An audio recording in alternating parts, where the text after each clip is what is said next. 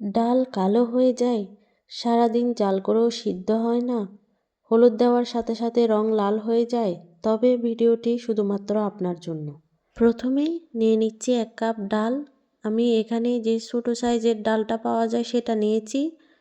ছোটো সাইজের ডালটা স্বাদও ঠিকঠাক মতো আসে এবং তাড়াতাড়ি সেদ্ধ হয়। এবারে যে কোনো পরিষ্কার পানি দিয়ে ভালো মতো কচলিয়ে কচলিয়ে ধুয়ে নিতে হবে। দেখুন ময়লা বেশি উঠেছে। আয়রনযুক্ত পানিতে কখনোই ডাল ভালো হয় না, অর্থাৎ যে পানিগুলো ব্যবহার করার পরে একটা সাদা স্তর পড়ে যায়। ডালগুলোকে সেমভাবে আরও একবার পানি দিয়ে ধুয়ে নিতে হবে। এই যে ধুয়ে নিয়েছি। এরপরে যে কোনো পরিষ্কার পানি দিয়ে ভিজিয়ে রাখতে হবে 20 মিনিটের জন্য। এই যে 20 মিনিট পর দেখুন ডালটা এরকম হয়েছে। আপনারা চাইলে আরও বেশি সময় ধরে রাখতে পারেন। দিয়ে দিলাম 1/2 কাপ পেঁয়াজ কুচি, 4টা মরিচ ফালি, 2 চা চামচ লবণ ছোটো চামচের, 1/2 চা চামচ হলুদ গুঁড়া এবং 4 কাপ বৃষ্টির পানি।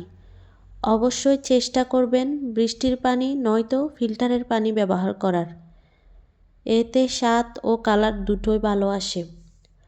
ডাল রান্নায় পানি যদি ঠিকঠাক না থাকে তাহলে ডালের কালার কালো হয়ে যায়।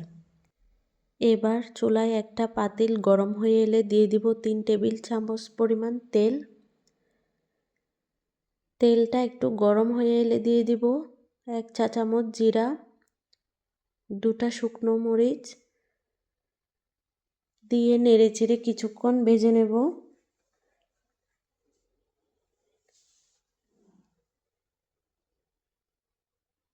এরপরে দিয়ে দেব পানি সহ ডাল।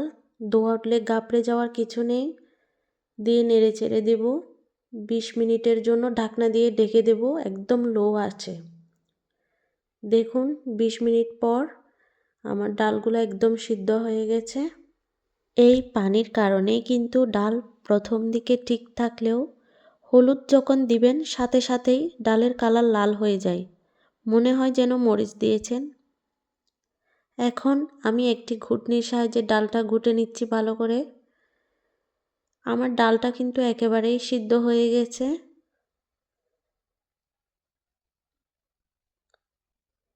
পানির কারণে আরেকটা সমস্যা হয়, সেটা হলো সিদ্ধ হয় না।